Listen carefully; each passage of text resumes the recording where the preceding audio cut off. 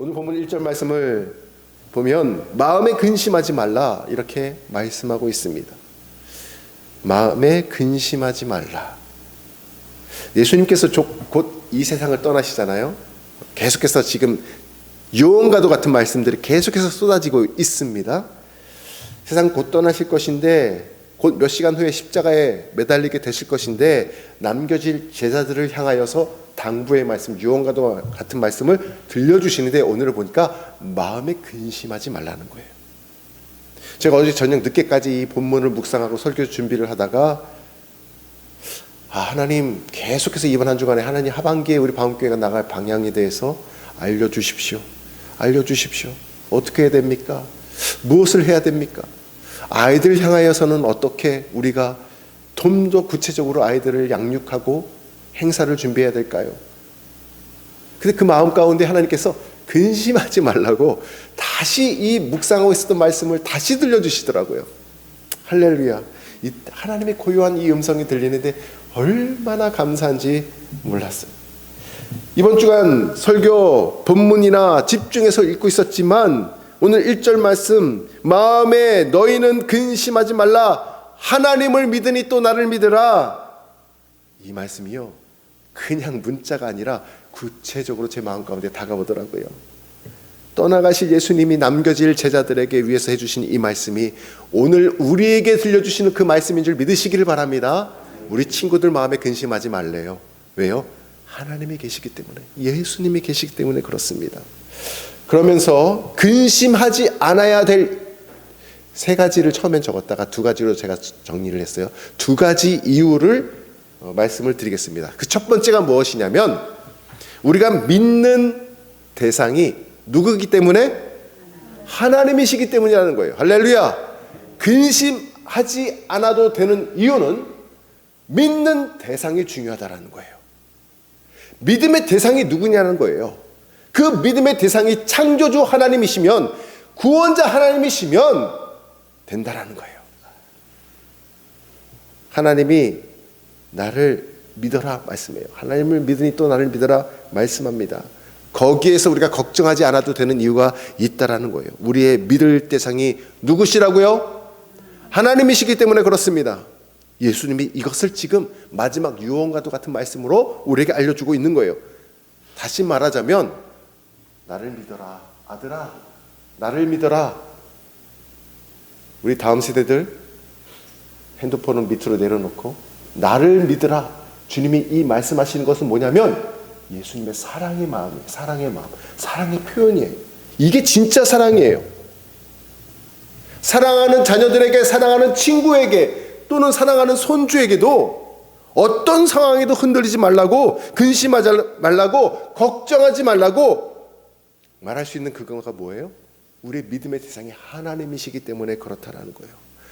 하나님의 근거로 근심하지 말라 말하는 것은 그 자체가 사랑의 표현이 됩니다.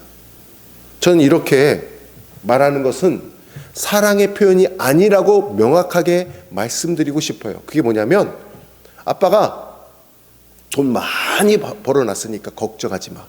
아빠가 너에게 20살이 되면 1억을, 30살이 되면 10억을, 40살이 되면 100억을 줄게. 이거 사랑 아닙니다. 아빠가 동산이 많아. 아니, 아빠가 부동산이 많아. 아빠가 너 저기 만평 부지를 너에게 물려줄게. 이거는 사랑이 아니라는 것을 명확하게 말씀을 드립니다. 진짜 사랑은 뭐예요? 우리가 부동산 믿고 살면 되겠습니까? 다 썩어 없어질 것들?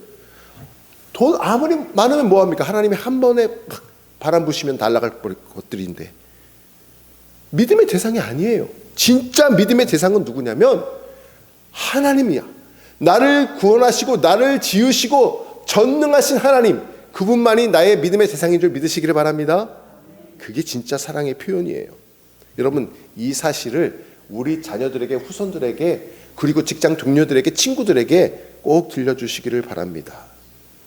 목회자이신 부모님, 저희 부모님께서 저에게 동산, 부동산 주시지는 않았지만, 주시면 좋았을 텐데 주시지는 않았지만 살아계신 하나님을 믿는 이 믿음을 물려주셨습니다. 그래서 저는요, 뒤늦게 깨닫는 거예요. 이제 문제가 있을 때마다 하나님 앞에 나아가는 것입니다. 오늘 불렸던 이 찬양이요, 마음의 고백이에요. 나의 갈 길 모르니 주님이여 인도해 주소서. 이 찬양 아닙니까?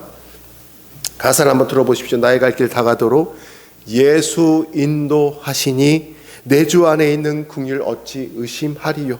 믿음으로 사는 자는 하늘 위로 받겠네.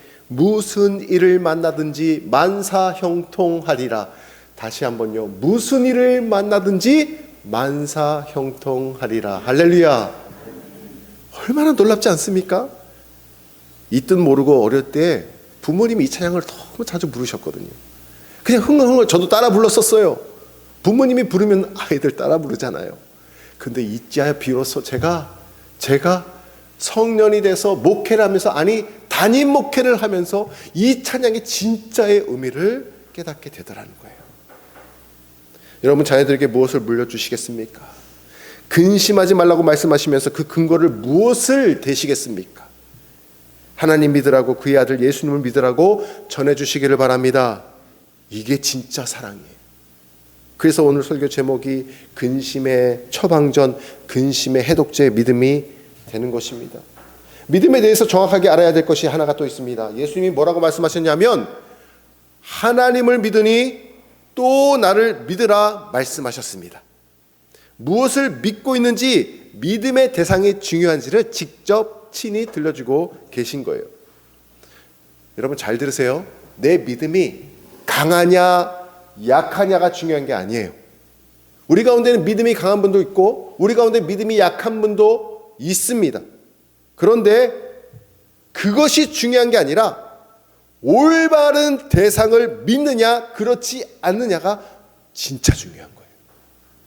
예를 들어서 여러분, 겨울철에 흰 눈이 많이 쌓여있는 강가를 한번 생각해 보세요. 강에 눈이 쌓여있다는 것은 물이 어떻게 됐다는 거예요? 얼었다라는 거죠. 어린 시절에 이 강가나 계곡에 물이 얼었을 때 그 위를 걸어가 본 적 있으시죠? 얼음 썰매 타본 적 있으시죠? 그런데 잘 생각해 보세요. 얼어붙은 강을 건널 때 사실 담대한 믿음이 필요합니다. 근데 여기서 중요한 것은요, 내가 이 강을 과연 건널 수 있다라고 믿고 확신하는 것이 중요한 것이 아니라, 진짜 중요한 건 내가 한 발 한 발 밟는 이 얼음이 단단하게 얼었을까? 아니면 살얼음판일까? 이게 진짜 중요한 거예요. 이해가 되십니까? 내가 밟는 얼음이 30cm 막 될 정도로 꽝꽝 얼어 있으면 깨집니까? 안 깨집니까? 전혀 안 깨져요. 근데 내가 밟는 얼음이 한 3cm도 안 돼. 그러면 내 체중을 감당해요? 못해요? 못하죠. 그러면 바로 뿌지작하면서 물가에 빠지게 될 거예요. 내 믿음이 나 여기 건널 수 있어. 전에도 건넜는데 뭐 별일 없어. 건널 수 있어. 라고 생각하는 게 중요한 게 아니라, 내가 진짜 한 발자국 한 발자국 걷는 그 얼음의 그 상태가 중요한데, 그 얼음이 상태가 누구냐면 하나님이 되신다는 거예요. 그분은 전지전능하신 분이시고 부족함이 없으신 분이시고 깨지는 게 없는 분이시고 무소부재하신 분이시고 시간과 공간을 초월하시는 창조주 하나님, 구원자 하나님이 되시기 때문에 그렇습니다. 여러분, 진짜 내 믿음이 강하냐 강하지 않느냐가 중요한 것이 아니라 올바른 대상을 믿고 있느냐 그렇지 않느냐가 중요함을 깨달으시길 바랍니다. 진짜 중요한 믿음은 내가 믿는 그 대상이 정말 내가 신뢰할 분이시냐, 그것이라는 거예요. 저 여러분이 하나님을 잘 믿으시기를 바랍니다. 진짜 잘 믿으시기를 바라요. 저는 그분을 믿어야 우리의 삶이 형통합니다. 하나님 마음에 합한 사람 대표적으로요, 성경에 기록되어 있기를 다윗왕을 뽑습니다. 왜 다윗왕이 합한 사람일까요?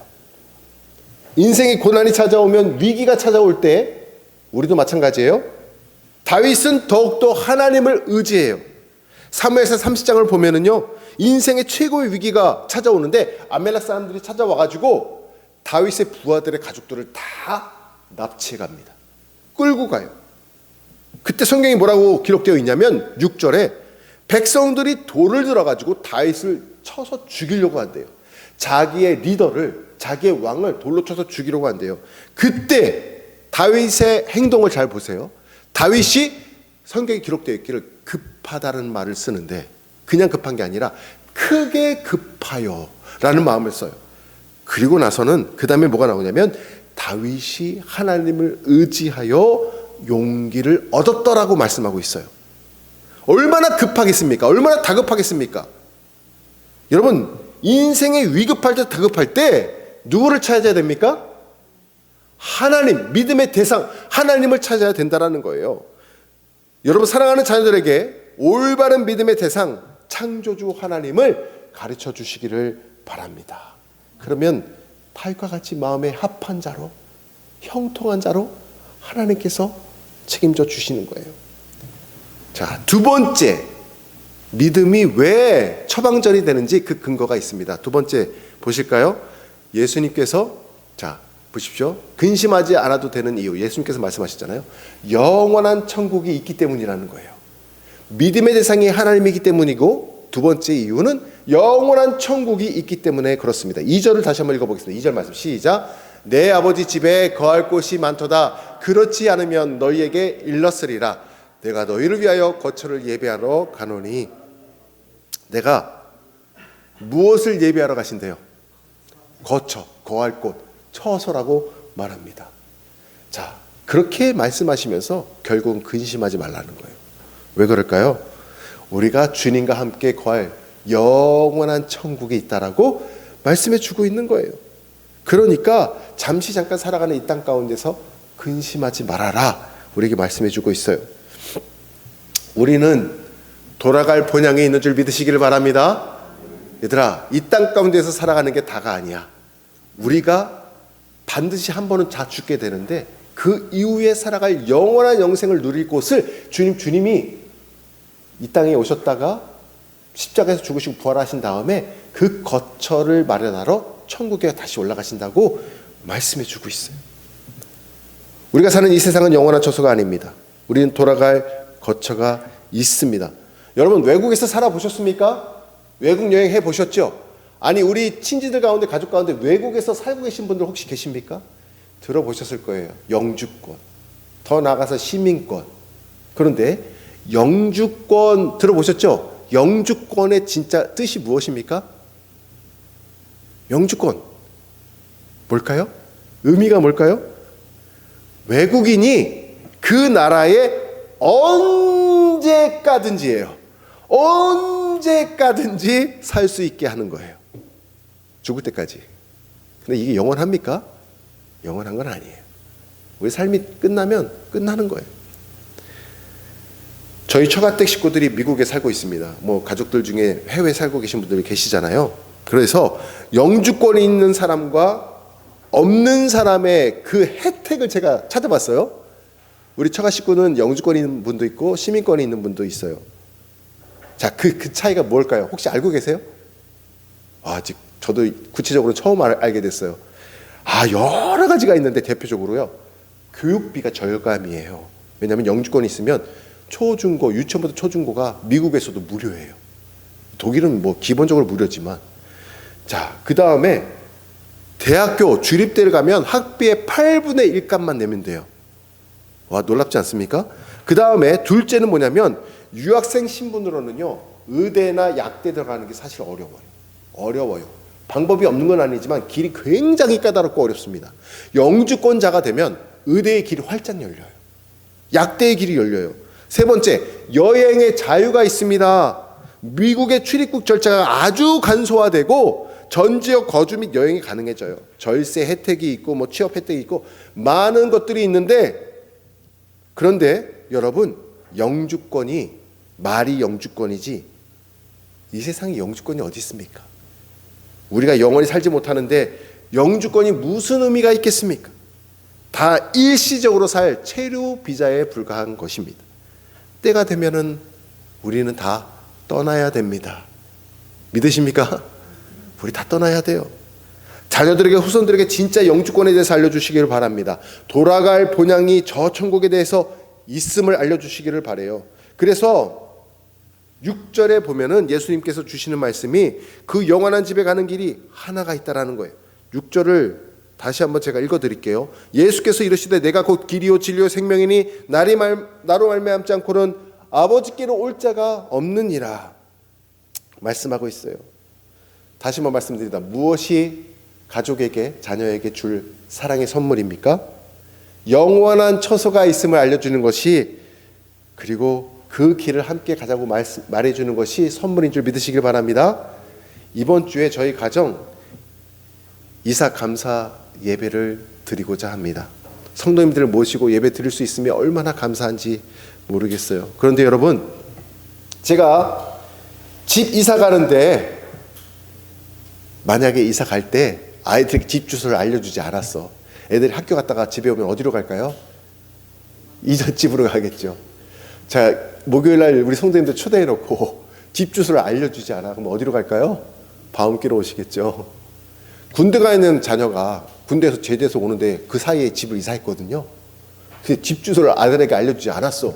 그 아들은 어디로 갈까요? 예전 집으로 갈 거 아닙니까? 우리가 가야 될 그 집이 주님께서는 알려주신 거예요. 예전 집이 아니라는 거예요. 내가 곧 길이요 진리요 생명이라고 주님께서 그 주소가 되신다라고 지금 들려주고 계시는 거예요. 할렐루야. 길 되신 예수님, 생명 되신 예수님을 우리가 믿으면 우리가 천국 가게 된다라고 새로운 주소를 우리에게 알려주고 계시는 거예요. 얼마나 귀합니까? 내가 노력한다고 해서 그 길을 가는 게 아니에요. 길은 끝까지 목적지까지 이어져야지 길 아닙니까? 보시는 사진처럼 길이 중간에 끊기면 어떻게 될까요? 보시는 사진처럼 화면이 아마 잠깐 컴퓨터가 느려가지고 넘어가는 게 조금 느린 것 같아요. 자, 아무리 지금 좋아 보여도 길이 중간에 끊기면 헛소용이에요. 새로운 주소지는 길이 끊겨서는 안 되는 거예요. 근데 끊기지 않는 영원하신 길이 있어요. 생명 대신이 있어요. 그분이 누구세요? 우리 예수 그리스도, 우리 주님이십니다. 아무리 이 땅에서 우리가, 보세요, 저 사진이었어요. 네? 길이 끊기면 아무리 뭐 강변이고 아름다운 곳이고 있으면 뭐 의미가 없잖아요. 근데 그 다음 사진 뭐예요? 그 다음 사진도 있는데 아무리 높게 쌓아도 천국에 닿지 못해요. 대표적으로 우리나라의 최고 높은 빌딩이 뭘까요? 잠실타워. 63빌딩보다 더 높은 게 이제 지어졌어요. 잠실타워인데 123층 1, 2, 3 높이가 몇 미터예요? 세계에서 탑3였다가 5위까지 밀려났어요. 그래서 또 다른 게 생겨가지고 555m. 어마어마하죠. 555m 100m만 돼도 높은데, 자, 이 잠실타워가요 하늘에서 내려다 보면은 지금은 이렇게 높아도 하늘에서 보면 점으로 보여요. 점으로. 하늘에서 보이면 길이 끊긴 걸로 보인단 말이죠. 하늘에서 내려온 길이 끝까지 이어지는 것은 오직 길 대신 예수님인 줄 믿으시길 바랍니다.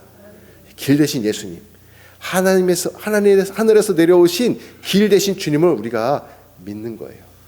그 길을 우리 자녀들에게 알려주시기를 바랍니다. 자, 여러분, 제가 지난번에 이사를 하면서 어떤 경험을 하나 했냐면, 마지막으로 이사하기 2주 전에 집 키를 미리 받게 되었어요. 집 키를 미리 받았어요. 그러면 이사하는 동안에 그 사이에 집을 왕래를 했을까 안 했을까요? 거의 매일 가게 되더라고요. 매일 가가지고 창문 열어놓고 비 오면 또 닫아놓고 환기시키고 보수할 거 찾고, 그렇잖아요.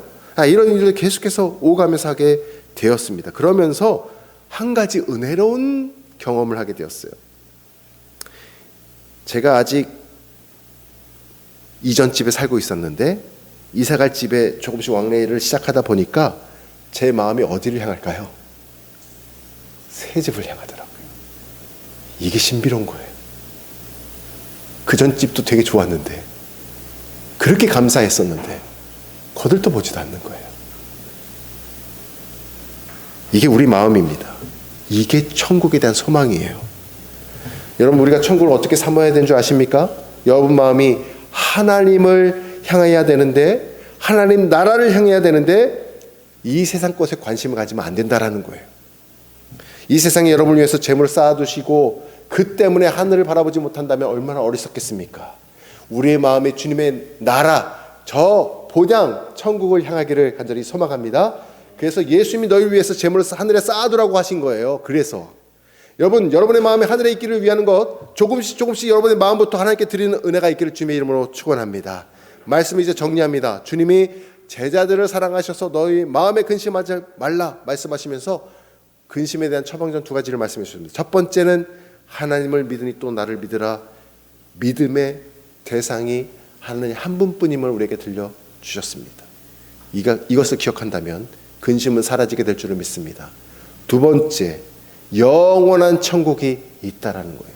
저 천국을 바라보는 사람은 이 세상 것에 대해서 미련이 없어요. 할렐루야. 세상에서 유일한 천국으로 인도하시는 길 대신 주님을 날마다 바라보시기를 소망합니다. 여러분도 이 세상 살아가면서 이 두 가지 사실을 기억하면서 하나님을 믿고 저 천국을 바라보고 이 삶을 잘 승리하시기를 주님의 이름으로 축원합니다. 기도하겠습니다.